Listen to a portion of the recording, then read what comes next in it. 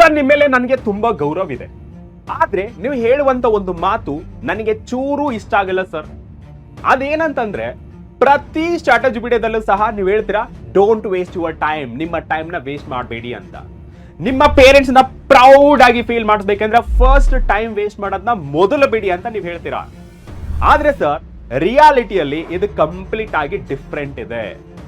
ಯಾಕೆಂದ್ರೆ ನಾನು ಟೈಮ್ ಅಂತೂ ವೇಸ್ಟ್ ಮಾಡ್ತಾ ಇಲ್ಲ, ಆದ್ರೆ ನನಗೆ ಟೈಮೇ ಸಿಗ್ತಲ್ಲ ಓದಕ್ಕೆ. ನೀವು ಹೇಳ್ತೀರಾ ಟಾಪ್ ಮಾಡಬೇಕು, ಟಾಪರ್ ಆಗ್ಬೇಕು ಅಂತಂದ್ರೆ ಫಸ್ಟ್ ಒನ್ ಶಾಟ್ ಲೆಕ್ಚರ್ ನೋಡಿ ಅಂತ, ನೋಡಾದ್ಮೇಲೆ ಕ್ವಶನ್ ಪ್ರಾಕ್ಟೀಸ್ ಮಾಡಿ ಅಂತ, ಅಂಡ್ ಕೊನೆಗೆ ಪಿ ಬೋರ್ಡ್ ಕಡೆಯಿಂದ ಕೊಟ್ಟಿರುವಂತ 3 ಮಾಡೆಲ್ ಕ್ವಶನ್ ಪೇಪರ್ ನ ಸಾಲ್ವ್ ಮಾಡಿ ಅಂತ. ಸರ್ ಇಷ್ಟೆಲ್ಲ ಮಾಡಕ್ಕೆ ನನ್ನ ಟೈಮ್ ಎಲ್ಲಿಂದ ತರಲಿ? ಯಾಕೆಂದ್ರೆ ಬೆಳಗ್ಗೆ ಸ್ಟಾರ್ಟ್ ಆದ್ರೆ ಕಾಲೇಜ್, ಡೈರೆಕ್ಟ್ ಆಗಿ ಈವ್ನಿಂಗ್ ಮನೆಗೆ ಬರ್ತೀವಿ. ಬೆಳಗ್ಗಿಂದ ಕಾಲೇಜಲ್ಲೇ ನಮ್ದು ಟೈಮ್ ಆಗೋಗುತ್ತೆ. ಅಂಡ್ ಮನೆಗೆ ಬಂದ್ರೆ ಸ್ವಲ್ಪ ಓದೋಣ ಅಂತಂದ್ರೆ ಅದು ಸಹ ಆಗ್ತಿಲ್ಲ.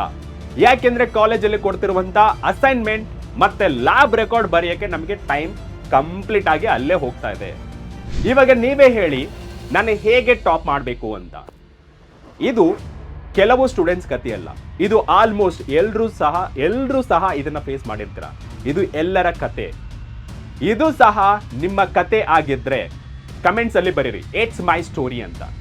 ಡೂ ಇಟ್ ನಾವ್, ಡೋಂಟ್ ವೇಟ್. ಇವಾಗ ನಾನು ನಿಮಗೆ ಒಂದು ಸ್ಯಾಂಪಲ್ ಟೈಮ್ ಟೇಬಲ್ ತೋರಿಸ್ತೀನಿ, ಅದನ್ನ ಫಾಲೋ ಮಾಡಿ. ಓಕೆ, ಸೊ ನಿಮ್ಮ ಡೇ ಟು ಡೇ ಲೈಫ್ ತಕ್ಕಂತೆ ಅದನ್ನ ಆಲ್ಟರ್ ಮಾಡ್ಕೊಳ್ಬಹುದು. Okay, the first thing that is about a time table with a good mind set. ಅಂದ್ರೆ ಈ ಟೈಮ್ ಟೇಬಲ್, ಫಾರ್ ಎಕ್ಸಾಂಪಲ್ ಇದು ಎಕ್ಸಾಂಪಲ್ ಟೈಮ್ ಟೇಬಲ್. ಈ ಎಕ್ಸಾಂಪಲ್ ಟೈಮ್ ಟೇಬಲ್ಗೆ ನನ್ನ ಮೈಂಡ್ ಸೆಟ್ ನ ಫಿಕ್ಸ್ ಮಾಡ್ಬಿಡ್ತೀನಿ. ಓಕೆ, ನಾನು ಈ ಟೈಮ್ಗೆ ಇದೇ ಮಾಡಬೇಕು ಅಂತ. Okay, and very first thing ಬೆಳಗ್ಗೆ ಎದ್ದ ತಕ್ಷಣ, ಓಕೆ, ಸೊ ಬೆಳಗ್ಗೆ ಫಾರ್ ಎಕ್ಸಾಂಪಲ್ 5:30ಗೆ ಸ್ಟಾರ್ಟ್ ಮಾಡ್ತೀರಾ ಅನ್ಕೊಳ್ಳಿ ಓದಕ್ಕೆ. ನನಗೆ ಗೊತ್ತಿರೋ ಹಾಗೆ ನಮ್ಮ ಪೇಡ್ ಬ್ಯಾಚ್ ಅಲ್ಲಿ ತುಂಬಾ ಸ್ಟೂಡೆಂಟ್ಸ್ ಅವರು 4 ಗಂಟೆಗೆ ಎದ್ದೇಳ್ತಿದ್ದಾರೆ ಆಲ್ರೆಡಿ. ಓಕೆ, ಅಂಡ್ ಕೆಲವು ಸ್ಟೂಡೆಂಟ್ಸ್ ಅಂತೂ 3 ಗಂಟೆಗೆ ಎದ್ದೇಳ್ತಿದ್ದಾರೆ ಬೆಳಗ್ಗೆ. ಓಕೆ, ನನಗೆ ಅಷ್ಟು ಬೇಡ, ನಿಮಗೆ ಆನ್ ಅಂಡ್ ಆವರೇಜ್ 5:30 ಅಂತ ಕನ್ಸಿಡರ್ ಮಾಡ್ಕೋತೀನಿ. ಓಕೆನಾ, ಮಾರ್ನಿಂಗ್ 5:30ಗೆ ಎದ್ದೇಳ್ತೀರಾ. 5:30ಗೆ ಎದ್ದೇಳ್ಮೇಲೆ ನೀವು ಈ ತರ ಸಪರೇಟ್ ಪಾರ್ಟ್ಸ್ ಗಳನ್ನ ಮಾಡ್ಕೊಂಡ್ಬಿಡಿ. ದ ಫಸ್ಟ್ ಸ್ಲಾಟ್ ಏನಂತಂದ್ರೆ 5:30 AM ಇಂದ 7 AM ಫಸ್ಟ್ ಸಬ್ಜೆಕ್ಟ್ ಅಂದ್ರೆ ಆರ್ಡರ್ ಯು ಡಿಸೈಡ್.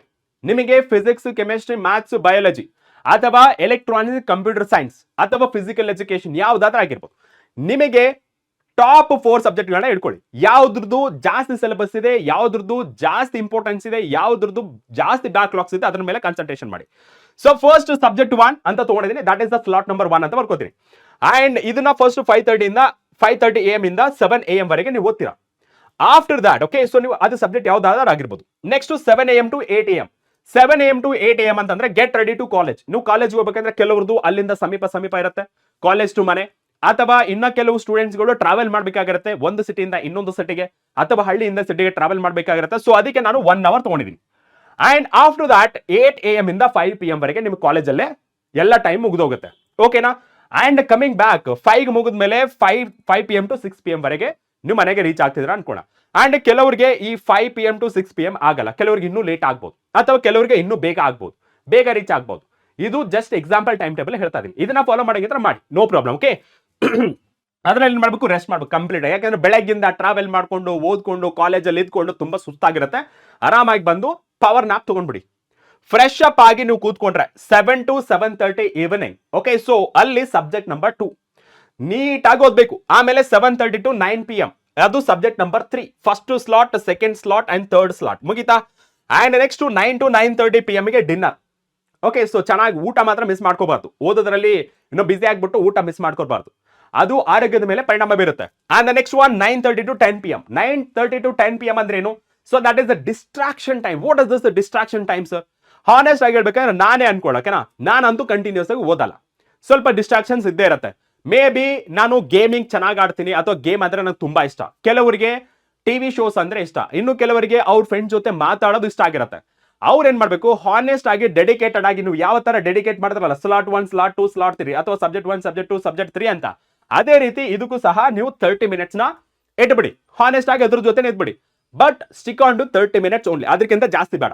ಇದು ಕಂಪ್ಲೀಟ್ ಆದ್ಮೇಲೆ 10 to 11:30 that is the slot number 4, that is the final slot. ಇಲ್ಲೇ 11:30ಗೆ ಮುಗಿಸಾದ್ಮೇಲೆ ಓಕೆ ಆರಾಮ್ಸೆ ಮಲಗ್ತೀರಾ. ಅಂಡ್ ಅಗೇನ್ 5:30 ದೇರ್ ಫೋರ್ ನಿಮಗೆ 6 hours ನಿದ್ದೆ ಆಗುತ್ತೆ ಕಂಪ್ಲೀಟ್. Okay done. ಇದನ್ನ ಫಾಲೋ ಮಾಡಿ, ಇದಕ್ಕೆ ಸ್ಟಿಕ್ ಆನ್ ಆಗಿ. ಅಥವಾ ನಿಮ್ಮ ಟೈಮ್ ಟೇಬಲ್ ಸ್ವಲ್ಪ ವೇರಿಯೇಷನ್ ಇದ್ರೆ ಅದಕ್ಕೆ ತಕ್ಕಂತೆ ವೇರಿಯೇಷನ್ ಮಾಡ್ಕೊಳ್ಳಿ. Done. Okay, so next sir ಅದನ್ನ ಫಾಲೋ ಮಾಡ್ತೀವಿ ಸರ್, ಟೈಮ್ ಟೇಬಲ್ ನ ಫಾಲೋ ಮಾಡ್ತೀನಿ. What next?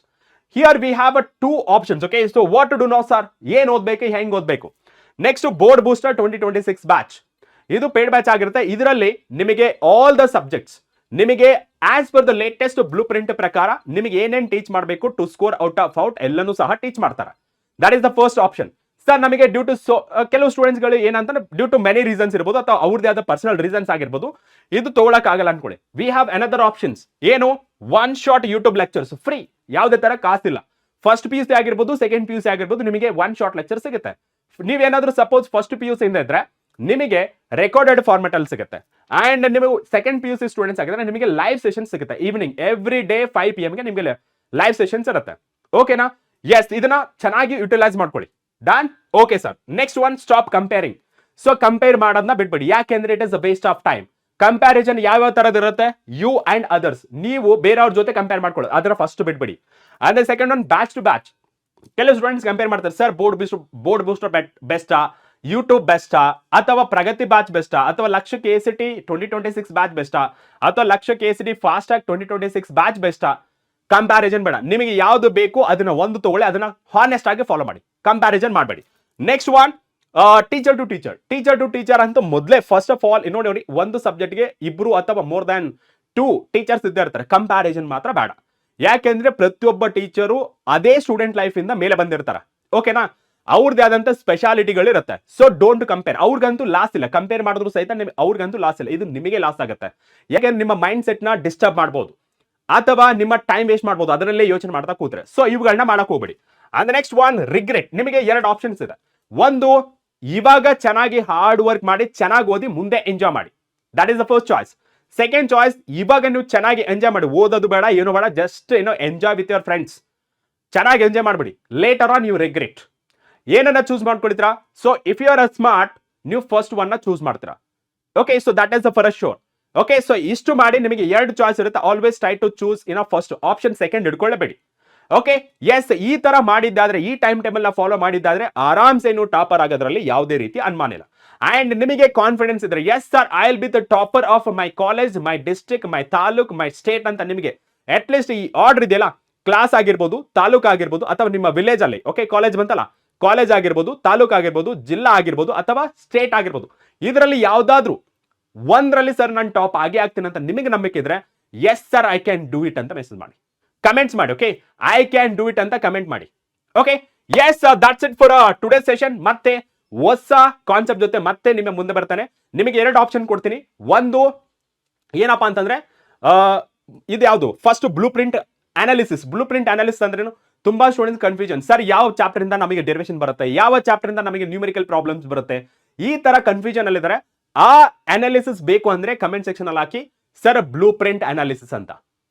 ಅಂಡ್ ಇನ್ನೊಂದು ಆಪ್ಷನ್ ಏನಂತಂದ್ರೆ, ನಿಮಗೆ FA2 ಅಥವಾ ಪ್ರಿಪರೇಟರಿ ಎಕ್ಸಾಮ್ ಬರ್ತಾ ಇದೆ, ಸರ್ ಇಂಪಾರ್ಟೆಂಟ್ ನ್ಯೂಮರಿಕಲ್ಸ್ ಮಾಡಿಸಿ sir as per the latest blueprint ಪ್ರಕಾರ ಅಂತಂದ್ರೆ, you comment it as numerical problem ಅಂತ. ಓಕೆ, ಸೊ ಯಾವ್ದಕ್ಕೆ ಜಾಸ್ತಿ ಓಟ್ ಬರುತ್ತೆ ಅದನ್ನ ನಾನು ನೆಕ್ಸ್ಟ್ ವಿಡಿಯೋದಲ್ಲಿ ನಿಮಗೆ ತಂದು ತೋರಿಸ್ತೇನೆ.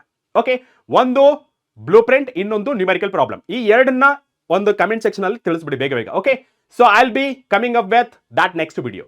S, that's it for today session. ಮತ್ತೆ ನೆಕ್ಸ್ಟ್ ಕ್ಲಾಸ್ ನಲ್ಲಿ ಭೇಟಿ ಆಗ್ತೇನೆ. ಟಿಲ್ ದೆನ್ ಟೇಕ್ ಕೇರ್, ಬಾಯ್.